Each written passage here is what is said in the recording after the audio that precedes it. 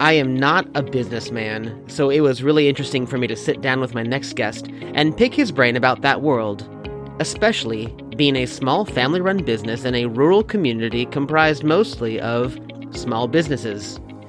Where is the delineation between work and home life? Where can a small business owner talk openly about the hard stuff? What role does faith play? What should someone be thinking about right now if they're considering starting their own small business? These are the places we go in this conversation. You're going to find something here that's going to strengthen your life as a leader.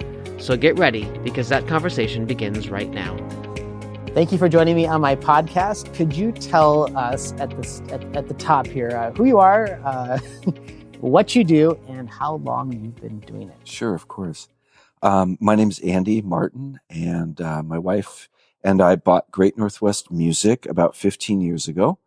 And so we've been here downtown in the community for that length of time, owning and operating this music store. Yeah, and we get to do this interview here on these nice couches here at the music shop here on G Street. So how did you come to own a little music shop in the town of Grants Pass? Well, that's an interesting journey.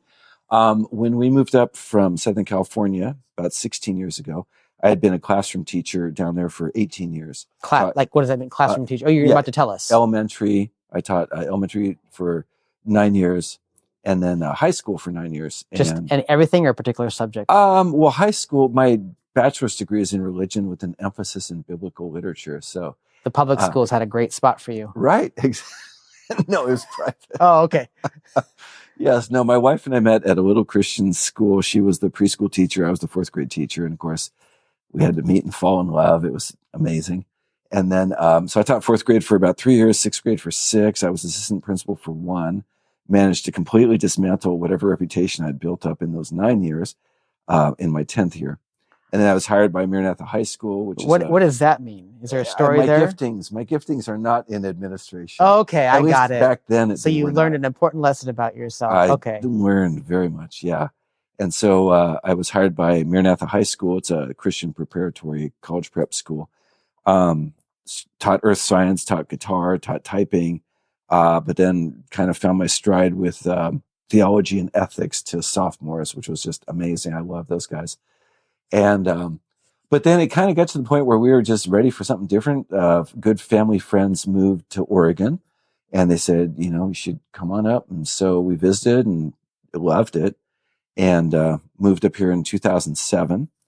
And I could not get a job to save my life in schools. I applied to, public schools. I applied as, a regular teacher, as an aide, as whatever, and just either overqualified or I was the second runner-up or whatever. So that never worked out. So my first job in Oregon was actually teaching guitar here at Great Northwest Music. I remember calling my wife and saying, "Honey, praise God, I've got a job. I just don't have any work," because I didn't have any students, but I had a job, know. And I remember my very first student, this kid named Jake, who is now probably a grown-up man and living his life, and hopefully still plays guitar. But at any rate, then we were looking at a rental that was a little bit more money than we were paying currently. And so I asked Deb if I could get more work, more hours. And she said, "Well, to tell you the truth, I'm selling the store." And I thought, "Oh, great, here we go again." And so my wife and I prayed about it. We had neither one worked in retail ever. And just, okay, God, if this is not of you, shut the doors. And he didn't. And so we ended up buying a music store. And I remember sitting down with a guy at the small business development center, and for some counseling. He said, "Well, so basically you bought a job, essentially." And and it was interesting because we bought it in June of 2007 or 2008, I guess. And I think it was September of that year when the recession hit. We knew no different. It's just like, what? And but we weathered all of that and COVID and whatever we're going through these days. And here we are. So I hear, I don't know if it's safe to assume, but just because of this podcast is probably going to go out through my friends and family and kind of go out from the center. And most of those folks are would identify as Christian. I can hear in your story that there's a lot, you are you're bringing God a lot into talking to God about these decision-making processes. Yeah. How do you see being a business person, running a business, and kind of your faith? Where have you seen those kind of intersect? Well, I mean, in just, gosh, every way. I mean, I had a really interesting talk with my brother who is down South Southern California before we bought the business, and he wrote me a lengthy letter, all these really biblical reasons to not buy it, and I think I I disregarded it, uh, obviously because I'm here. Yeah, sure. But yeah, it's been interesting. So kind of circling back just a little bit. The first job that I even had a chance of getting was actually at New Hope Christian School as a classroom teacher. And what they were offering was what I started at in California in 1985. And I was a little arrogant and just told the Lord, I'm not going to work for that. I did not hear a voice saying, okay, but it was really interesting is that it was a struggle here. We were kind of living off the end part of what we moved up here with. My father had passed away and we thought we'd buy a house in Oregon, and that didn't pan out. Got a business instead. What was interesting is that when I actually started paying myself ongoing salary, it was almost to the dollar exactly what New Hope offered me. And so for me to say I can't live on that was a hard lesson to see, like, well, yeah, I guess I can. And it's been an interesting journey. I kind of liken it to, when God told Abraham to move to Canaan, he didn't give him a daily agenda, or he just said go. And he didn't show him the end from the beginning, because I think if, sitting here today, I really wonder if we would have made the move if I knew, here we are 16 years later, we're still renting. And it's just, I've never made anywhere near what I made in California, toward when I was working in high school. But our needs have been met, for the most part in a lot of ways. And I just say that because some years have been a struggle. It's been a faith journey, to be sure. Yeah. We'll talk a bit about oftentimes we don't know about things until we get into them. Yeah. I'm curious if you reflect on any unexpected blessings and unexpected challenges that you didn't know about owning a small business or running a small business until you were actually running a small business. Yeah, I think part of it was, and anyone could relate to this, it's just the learning curve. I remember the previous owner who was so patient. I'd shadow her because we'd kind of overlapped a couple of months or so. And just ringing up sales or entering students there's just so many different things that go on here. There's 3 distinct income streams. There's instrument rentals and teaching, instruction and retail. And there's just this point of sale was designed by somebody who is probably burning in hell at this moment. Tell me more about that. Oh my gosh. Because I don't know small. Okay. So point of sale is, it's what you use to run the business. It's your cash register software. I won't name any names of what we use, but it was designed by accountants, and it's just so convoluted. I mean, once you understand it, well, actually, once you submit to it, and don't try and understand it, but just punch the buttons in this order. Yeah. I have a bookkeeper who's worked with us. Judy is her name. And I am so grateful for her. She has been just such a godsend. She came out of the world of accounting, so she totally gets double entry accounting and all that. And I am just, if I had any advice to a business person, it would be understand accounting way better. I'm just, again, still at that. It's just like, just tell me what buttons to hit in what order. And so, yeah, the learning curve on a lot of this stuff is I kind of got to the point where, and I'm ashamed to say, I mean, I don't know accounting as well as I ought to. I probably would be doing a lot better if I did. But it's just, sometimes when you're running a small business and it's just you or you and some family members, it's really hard. You're just putting out fires constantly. And, and it's easy if there's this area. And to me, accounting it's like this other world, this other understanding, credits and debits and stuff. They're completely backwards of how you would think they would be. And, when Judy explains things, she totally gets it, you know? And I get that because there's things in all our lives that, like for me with guitar, I get playing guitar, and so it might really blow somebody away who's not understanding it. But I'm like, well, how come you don't get that? She's that way with accounting. Anyway, so I mean, I would assume that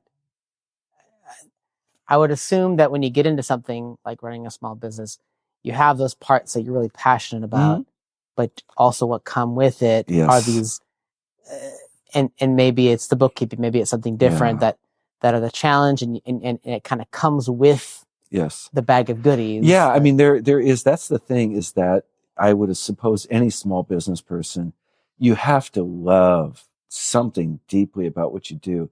The thing that for me that's been really interesting, I played guitar all my life and I love playing guitar. That's been my favorite activity. What I've enjoyed even more though is just the community, getting to know people, and over a period of time. Now, I mean that's good and bad. Some of the sad things, like we had a teacher who taught trumpet for us, this lovely lady Nancy, and she just passed away a week ago. And tomorrow I'm going to her funeral. And just she was with us for a number of years. I've had some really wonderful teachers pass away that we've known. I've seen families. I'm just going to say it's really hard when people come in and like, oh, how's your family? Oh, well, we've gotten divorced or this or that, or, kids are really struggling. I mean, you become part in a community, but it's also people that you see all the time, coming in for lessons or coming in for whatever. So you get to know them. One of the things that for me has been such a blessing, and I always ask people if they're okay with it, but it's just to pray for customers, to pray with them. Yeah. They might be particularly struggling, and I sense the Lord saying, ask them if you can pray for them. And very rarely will someone say no, and I respect that. Yeah. But it's just times that we pray and they just like, thank you, this was really a blessing. I said, it's the blessings for me. Yeah. This is the highlight of my day, is to know that I listen to God, and and it's not like I've got the answers or anything, but I know that God, I believe, can step in and intervene in a situation. But the point of prayer, at least in that point, I think, is to ask him to, and to realize that we need you. We can't do this on our own. Going back to running a small business, there's things that are so hard. Sometimes finances are just insane. One of the lessons I learned early on was, there's all this money coming in, and you're like, wait, it has to go right back out. And the picture I felt like the Lord gave me was a child sitting at the beach. When you would sit and let the waves run, they just wash over you and they wash back. And finances are like that. The money has to come in and it has to go out. You can't hold on to it. It's like trying to hold on to the water. You're not supposed to. What you're supposed to do is just be a good steward of the coming in and the going out, because it takes that. And sometimes what comes in is not the same as what needs to go out. And that's been particularly difficult. We've, I think especially with COVID, we've never really, landed in a place where things are balancing out. And, and that's a struggle. It's a very real struggle, because you don't just leave it at work and go home and like, yeah, everything's fine, when it's not. There's just things that are very difficult, and yet you can't let that determine how you're going to be to your kids or your wife or whomever, so again, knowing the Lord, putting it in his hands and just saying, okay, you say to ask and seek and knock. And so I'm going to do that. And Jesus reminds us that, your Heavenly Father knows what you need before you ask him. And, yeah. And I guess so. I mean, this might relate a lot more to Christian business people listening, because I know that it's not just me. I'm not the only merchant in Grants Pass who's probably struggling, but it's not something that we talk about publicly, because we're expected to be doing well. And, and it's kind of like that. Sometimes at church, we feel like we've got to put on that church face and, yes, I'm fine. Everything's fine. And I think what God wants is in community, and tactfully, of course, but where if you can share the fact that you're not doing fine, there might be somebody who's listening is like, oh my gosh, I'm not the only one. There is someone else out there who's not doing fine. I'm curious. Do you remember when you kind of learned that? Did you kind of, I mean, was that, well, how did you learn that? Oh, this is the face that you put on when you talk about your business. Yeah, I think, okay, and this is no discredit to Chamber of Commerce or greeters. I love Chamber, and I bless Chamber. They are great. In fact, Josie Malloy invited me to come and speak on the radio. What a fun experience that was. It's like, dude, I get to be on the radio for Chamber Chatter. But when you go to greeters, at least when I used to go, I haven't been in a while. It's been probably a good 5 or 6 years. But that was a place where it felt like we had to be very positive, because I think there's like and I don't know if Jim would say, yes, that's true, or no, what is he even talking about? But it's almost like there has to be, what is that called? It's like a level of, if everyone believes things are okay, then things are okay, you know? But if you come and say, guys, I'm really struggling, that's probably not the place to share that you're struggling. Yeah. I don't know where is. It would be neat if there was a place for businesses, whether you're a Christian or not a Christian or whatever, it doesn't matter at that point. How wonderful it would be if there's a place that you could all, if you could, come together and say, wow. Like a support group. A support group, yeah. And just say, I am struggling. Yeah. I don't know what to do here. And the challenges that you face are very unique. Well, I mean, on some level, right? Like when you talk about point of POS, like I'm like, you know, those kind of, did I say POS? I know that also stands for something else. Yeah. So, but every business person in this town has seasons of struggle, and it would be so welcome to have a place where we could be really real and not like, oh my gosh, you know, so-and-so's doing so, they're going under or whatever. I can't tell you the number of times people come and say, I've heard you're closing. I've heard you're going out of business, whatever. I was like, no, it's not us. There have been 4 music stores in town. One recently closed because of retirement, but the rumors are hilarious. No, it's like, what do you think? You've been in this for a number of years now. What do you think is the worst case scenario of, like, what do you think people are, in the business world, and you're wanting to kind of keep this sense of everything is fine. What's the worst case scenario of saying everything's not fine? Well, of people, okay. I mean, you know, like, I'm a failure, you know, that somehow, and the thing that's so neat is when you get online, plus I just want to put in a plug for the Small Business Development Center. I know they have people there that if you need to go talk to people, I give kudos. Ron Goss used to be here in the sense that they bring in their grandson for lessons and all. He was the director of that for a while until he retired. What a great guy, and just so encouraging. And yeah, I cannot say enough good things about that program. Working out grants, working out stuff with the payroll protection plan, with the bank and whatnot. So yeah, the community has been huge, especially with COVID, to help. But the idea of like, okay, so I'm a failure at this thing, and that's hard, I think. So it's more, for anyone. Maybe it's probably more self-perception, perhaps. This helps me for what I think about. I didn't know if there's a sense of people, you know, if I hear that the pastry shop down the street or something is struggling, I may be less likely to go give my business there. That I don't know. Because people want to like be with winners. That can be very, very, very true. Is there that kind of human instinct? I want to be with the big dog. Sure. No, that makes sense. Maybe that's part of it too, is that, you know, you go online and I mean, and just a lot of the stuff there is that like, it's normal to open a business, fail at business, try another one if you want. I mean, entrepreneurs all day long, they understand you learn from your failures and you try and do something better next time. Some of us, we may not do it a second time. I would probably not work in if we were to close this store, I don't think I would seek out a retail position. But I sure enjoy it. I don't know, maybe I would, but I wouldn't want to necessarily be the person in charge. That's the thing I think I've learned, is that as good as these 15 years have been in building a pretty huge resume, like, what can't I do? Especially as a small business. Man, you're just like, I clean the toilets, I balance the books, I'm like all over this thing. I don't know that I would want to be the guy in charge again. There's so much. See, that's the thing too, is I wish that people would know, man, there's a lot of weight on a business owner's shoulders. And I understand, you know, you walk into mom and pop and it's like, dang, dude, your prices. Well, you understand the issues of overhead. Or I'll walk in stores like, one of my favorite ones here in town is like the Kitchen Company or places like that. And just wondering, like, how do these guys do inventory? I mean, there's so much stock, you know, and you start looking at retail so differently when you run a business. And I understand why mom and pop places price them the way they do. We can't compete with Amazon or Guitar Center or whomever who are buying these huge amounts of whatever and then distributing it to their stores. Um, and I can't tell you the number of people that come in and just say, I'm so glad you're here. I'm so glad the store's open. Today, 2 people just, man, what a unique space you have. I mean, where else can I find this instrument or that instrument? The problem is that it just is so small that, it's hard to keep things going or know how to grow. The other thing that I was just going to say is that, especially the last year or so since COVID, is the number of businesses I've seen open and close. And I didn't even know that they're not doing well. It's just, oh, here's this new bakery, or, our restaurant next door.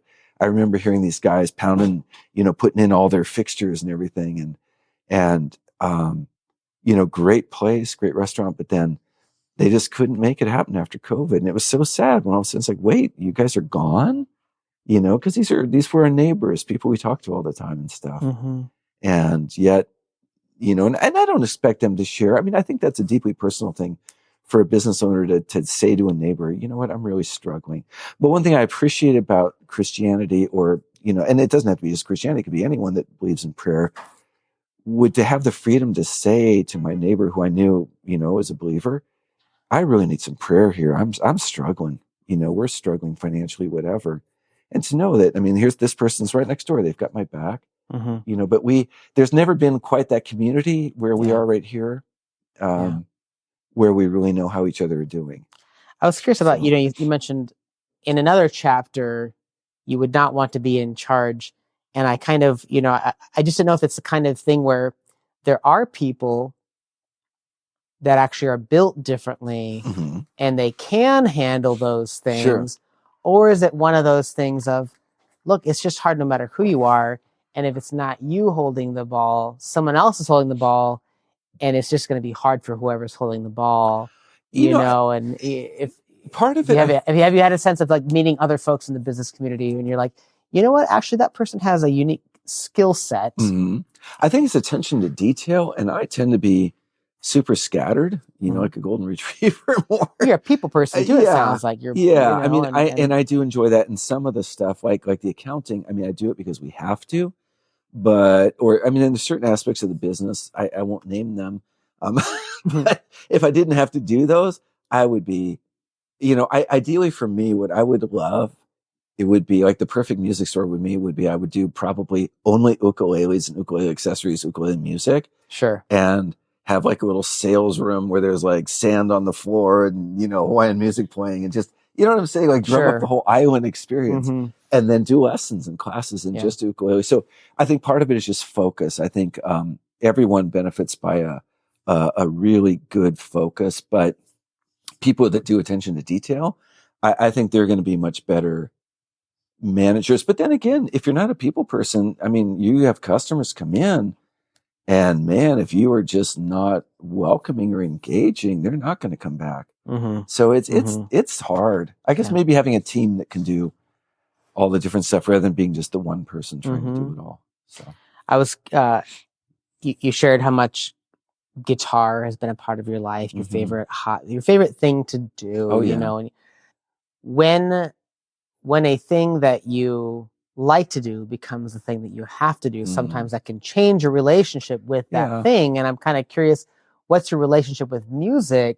Has that changed at all over the last 15, 16 years? Yeah. It's January 2023 is when we're having this, recording this interview. But has your relationship with music or guitar changed much over this time since it's become your job versus just your hobby? That's really interesting. Yeah, it's evolved in a lot of ways. I have to put in a plug for Dave Heisner of Eden Ballroom, this live music venue. And Dave is a good friend, comes in and just really encourages me very much. But last year I was hoping to play at Porch Fest and just realized, man, I don't have enough material. I mean, I do have enough songs, but I hadn't worked on them to fill an hour. And so he said, well, could you do 10 minutes, 15 minutes, opening? And I'm like, yeah, that's 3 songs. I can pull that off. So last year, August 20th, I was able to open.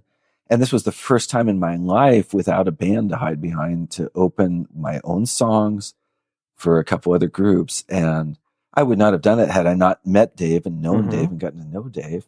It's easy to get into the fear factor as a musician who's not like ultra self-confident. Well, would you say that because it's been, if you weren't working in a music shop, maybe you would have had that experience sooner? Oh, possibly, or in a different way. I mean, okay. I have found, yes, there were seasons where I would hardly play guitar at home.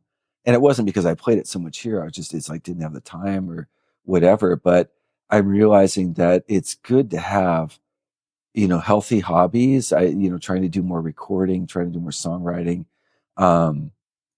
I've probably done more stuff in the last 15 years in terms of just growing, and trying different things.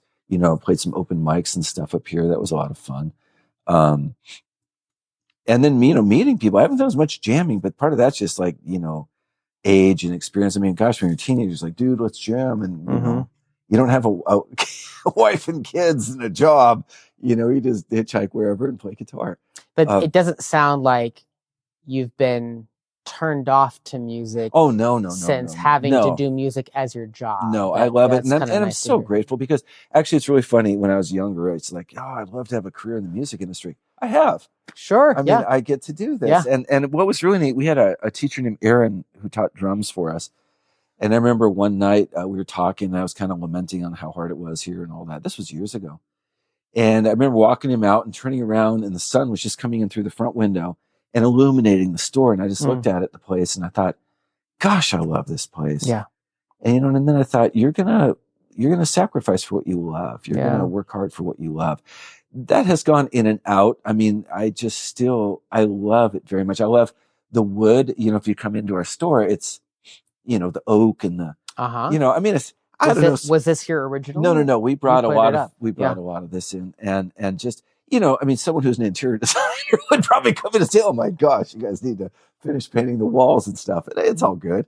I understand. It feels cozy. Yeah. Well, that's the thing that we want is it's like somebody's house you go to and you feel at home. In fact, I'll just say this. One of the things I love is where kids come in and they want to touch stuff. And we tell parents, hey, we're very hands-on as long as one of the things I hate is as soon as they walk in, the parents are just like, don't touch anything. Yeah. And I understand that because they don't want to pay for it. Yeah. But then I don't want my kids fearful not my kids, but the kids.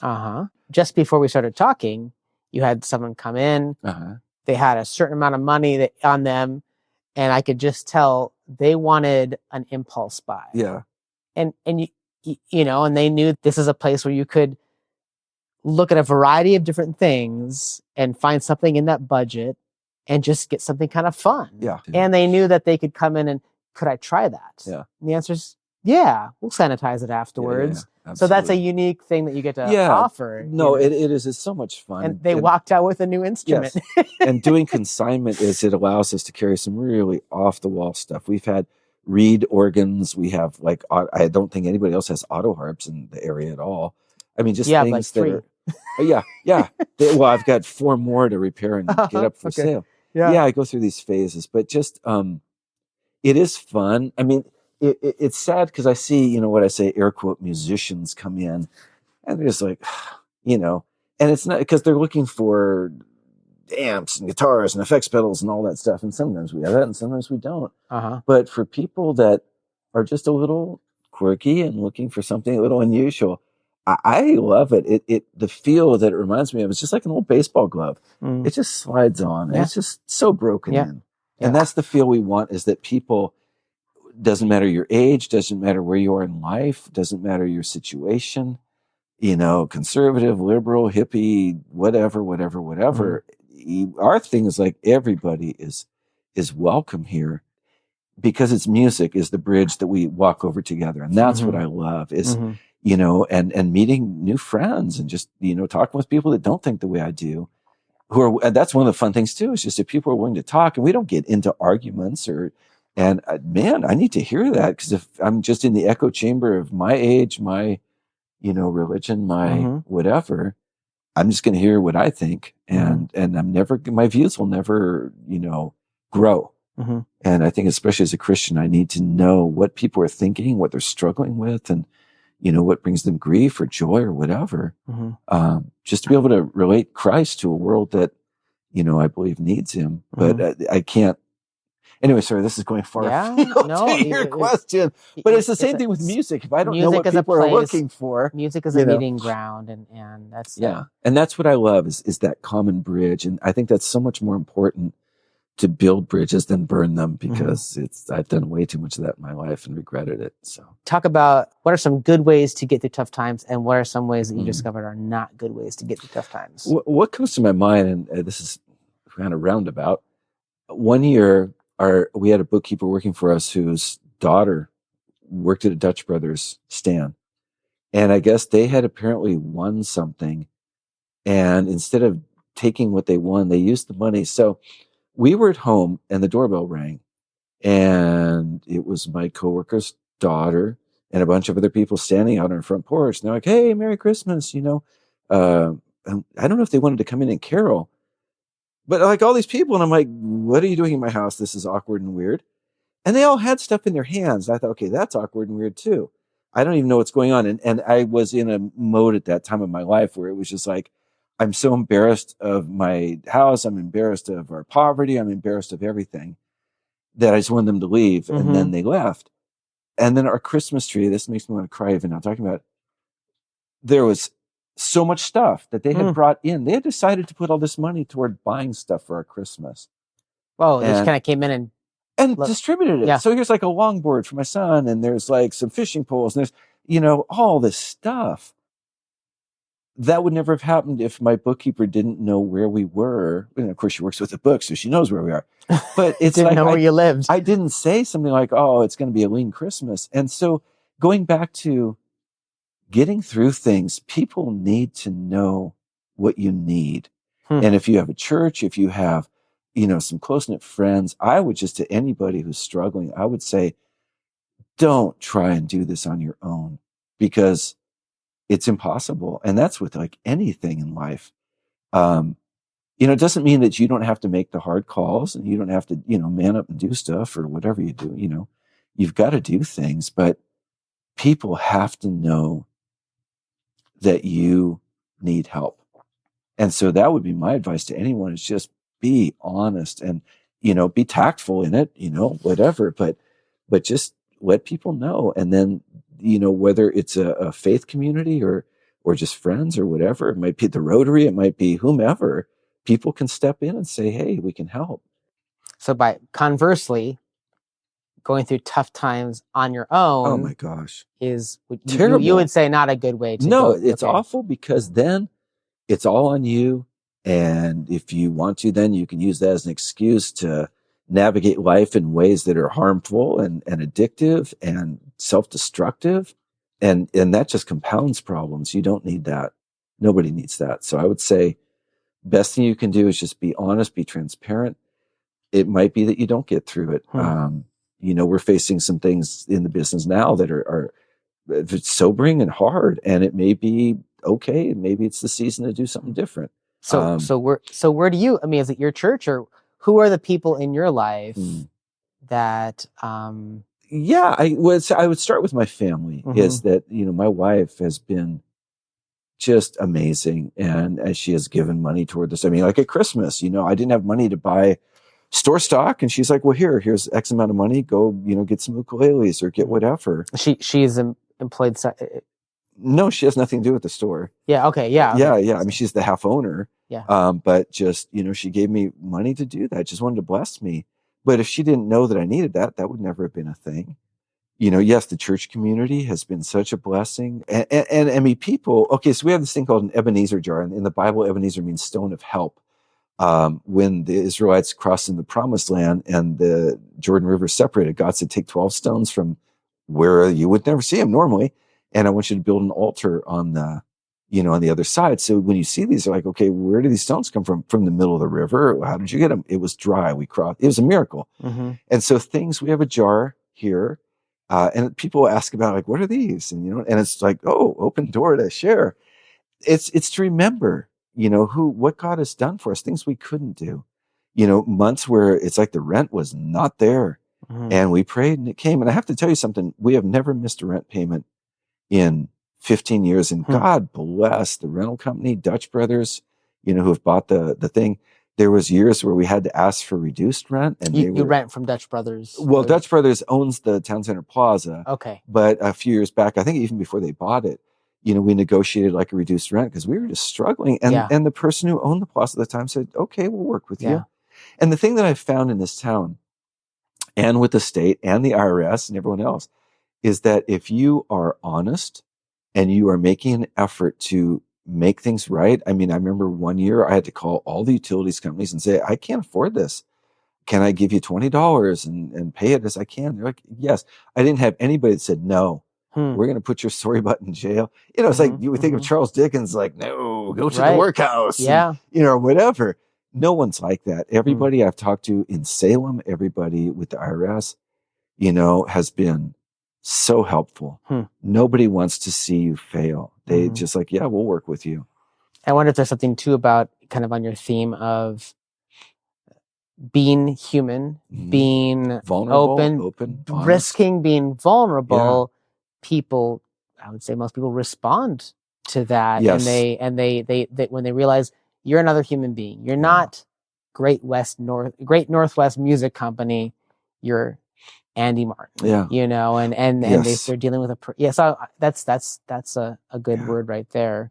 And that's been the blessing too, is that people, they see our, like on our website, it's, the picture there is my family, because and I love that about this town. And I need to do it more myself. How important shopping local is. When we're doing instrument rental night over for the strings program at Grants Pass High School, the number of people that said, we're going with the local company, that's very important to the people in this town. And I need to remember that, because it's way too easy. Like, well, no, I'm not going to run to this place. I'll get it wherever. And we all do that. And we all know we shouldn't. It's neat because we've built relationships. We go over to Dash Bakery and I know Ashley and Doug. I mean, we're not like close personal friends, but they know, I mean, she knows how I like my coffee. Yeah. The usual. It's just so nice to be a regular somewhere. My daughters love House of Glory. We have a good friend that co-owns Fiona Bean. These are all merchants or shops right in your vicinity. Yes, right and here. It's fun, like talking to oh gosh, okay, edit. The owner of the Laughing Clam, Katura Alcher, and just she'll be out there sweeping, and we can just talk. And what's fun is when you're a business owner, you talk to other business owners. I don't know, it's not like this little club, but you understand, become more aware of each other, and it's a camaraderie. Names and to know each other, and just, I don't know, and it's neat when I'll go to a merchants meeting and we're all there because we're merchants, and we have that common, goal. The common goal is to just be a blessing to the community, and to thrive, because when we thrive, the community thrives. And as the community thrives, obviously they come out and spend stuff, and we thrive. So I love that, being in a town that's small enough that, when there's problems and stuff, it's at least fixable. Whereas coming up from like the Los Angeles area, oh my gosh, you keep your head down, you mind your own business, and, whatever. So you've given some. So if there is someone listening who dreams of having their own business in the beginning stages of heading that direction, you've given some good advice already of, be open, be vulnerable, connect. Find a group that you can connect with. And you've talked about, like, if you're able to pay attention to details, like having a bit more of an understanding. You kind of wish you had a bit more of an understanding about accounting. Sure. Is there anything else that you would kind of say, like, think about this, or answer these questions, or journal about this, or what are anything else for that potential that small business owner that may honestly, I would just say, to me, what we've talked about is, I think I would be most excited about would be like a small group, the way churches do small groups, but of merchants who can support each other. If they're people of faith, they can be praying for each other. To me, that would be the coolest thing, is that if there were those, and that you'd have to be, I mean, I could intentionally form something like that. I haven't. And I'll just say this, that if things, work out, that we can stay and keep doing what we're doing, that would be high on my list of priorities, is to, find people that would want to meet, weekly or once a month, or just have a group chat of just, But you'd have to kind of get to know your community. But if you're yes, so if you're you mentioned the Small Business Development Center. Yes. So if you're city or if you're in Grants Pass, checking in with them, maybe that's a place to intersect with some and they would help human to human support. Yes, and with your business plan and all of that stuff. Yeah. See, I came into you should probably know what a business plan is. Oh yeah, I came in with a business that was already functioning. I mean, it's so nice, turnkey. You just learn how to do it and do it. Mm-hmm. It would have been way better, though, in some respects, to have really. I mean, you would have been forced to walk through some of these steps that you got to jump over, and that would have been way better. Is sit down with people from maybe the SBM and learn how to do a business plan, and then there's all those great classes at RCC. Again, you're going to have instant community because you're taking QuickBooks classes. That's the local community college. Yeah. And they do the Excel classes. Yeah, the Small Business Development Center. Oh, they run out of RCC. Well, yeah, now they're out at RCC. Okay. They used to be right here on 5th Street, but they are, on 4th Street. But they have all these different wonderful classes in Excel and marketing and there's so many things in the community that I feel like I'm preaching to myself, but there's many opportunities to grow and succeed. Mm-hmm. I think part of it too would be, I wish I'd done this at an earlier age if I'd known better, about running a business. How old are you when you started? This 15 years ago, I'm 62, so 47. Some quick math. Okay. Yeah. It would have been nice to do this when you're 30, where you've got the energy. That's the other thing too, is that as you age, you think about retirement, that's not an option, unfortunately. Mm-hmm. And so for a lot of business people, it probably isn't. Plus, okay, I'll just say this too. You can't get completely upset about all the things that we're asked to do from the state government or whatever. You just have to suck it up. It's just part of doing business. What the IRS asks, it's just part of doing business. And attitude, I would say, is just huge. If you are like, you're constantly angry at someone in Salem or someone in the IRS, you're not going to have fun. It's not going to be enjoyable. If it's just like, okay, this is life, death and taxes. This is the T I got to cross and the I got to exactly. And you just realize, okay, it's just part of doing business. And it's like, you got to find the joy. And the joy is not in regulations. It's not in whatever, but you do them because that's what you're asked to do. And if you don't want to do them, don't get into business. Yeah. I mean, it's just that simple. It really is. And so I have found that when I just give that up and say, I'm surrendering these things, I may not like them, but I'm not going to drag this home. I'm not going to drag this through every day of how much I hate this. I don't want to be an angry old person. I want to have more joy as I age. And so part of it is just accepting what you can't change, as Ronald Niebuhr tells us, the Serenity Prayer. Accept the things that you can't change and change the things you can, and have the serenity to know the difference. And I think you'll be a much happier person. And you don't want to be a grump in business. Nobody likes that. Yeah. It's just. So. Is there any question that I should have asked you that I didn't, or maybe a thought that you've had lingering, you didn't have a place to put it yet? I don't know. I know one thing you asked, is there something, like, you didn't ask, but on the question sheet that I got, is that if there's something professionally or personally that's on the horizon you're excited about. Yeah.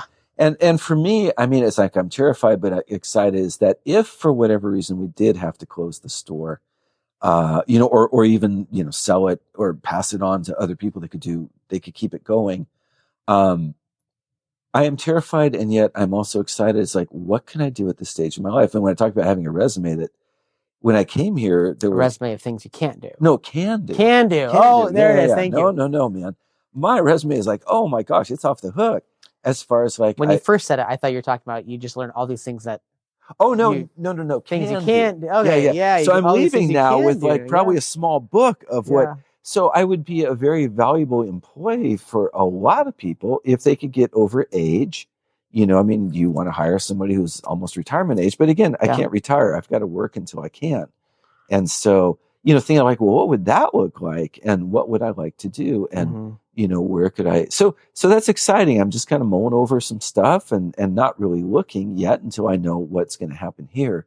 I'm sure small businesses, no matter who you are, especially coming out of COVID, I'm sure that's something that you kind of are always wondering about. Yeah. Like, are we gonna? What's this year going to look like? Yep.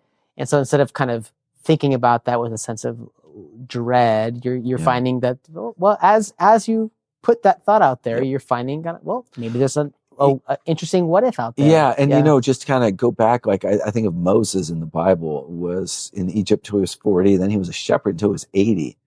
And then from 80 to 120, he was what he's known for, which was leading the people of Israel out of Egypt and, through the desert and stuff like that, just caring for this community and forming, helping form them and inform them of God's laws and stuff. But I mean, I know that's a lot different, but there, history is replete of men and women who really didn't hit their stride until they were in their senior years. Yeah. And so I don't know, maybe we keep reminding ourselves of that to give ourselves hope. But, well, but the point is that, there's no telling what the future could hold. And that excites me. Yeah. So we'll see. And from a Christian perspective, knowing that belief that God has the future. Yes, a future and hope. In his hands. Absolutely. And that well, and I'm not just having to fumble through the future. It's I believe that I can ask God to open doors and show me. And what it's more about now, Josh, is not so much like, well, here's what I want to do, but I'm just asking, Lord, what do you want me to do? Where do you want me to be? And that's interesting because it may be something I didn't even consider. I would just say also, just in closing, is that, man, this last 15 years, I wouldn't trade it really for anything. It has been amazing. Hard. It's been the hardest job I've ever had, but I felt this job the longest of any job I've ever had. Yeah. And for that, I thank God. I thank God for this community. And, for you, I met you. There we go. Through the store. So yeah. Anyway. I've had fun. I mean, people, if you're listening to this podcast, I mean, I'm talking with people that I know, and I know you because I've brought my instruments in to consign, and I've done well with you, and I've also enjoyed coming in and chatting and playing instruments. So it's been very good. Yeah. All right.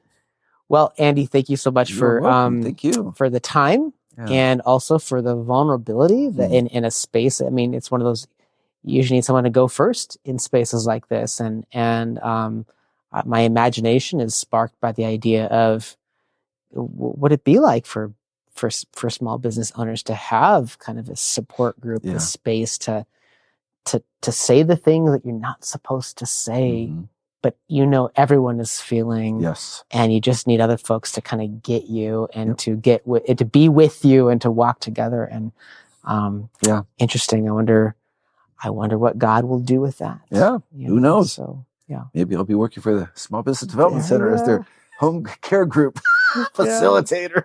Well, I look forward to seeing what comes next, both in your life and the life here at Great Northwest Music. It's a very long title. Great Northwest Music. They're Great Northwest Music. Yep. Thank you. Yeah, we drop company. Thank you so much. You're welcome.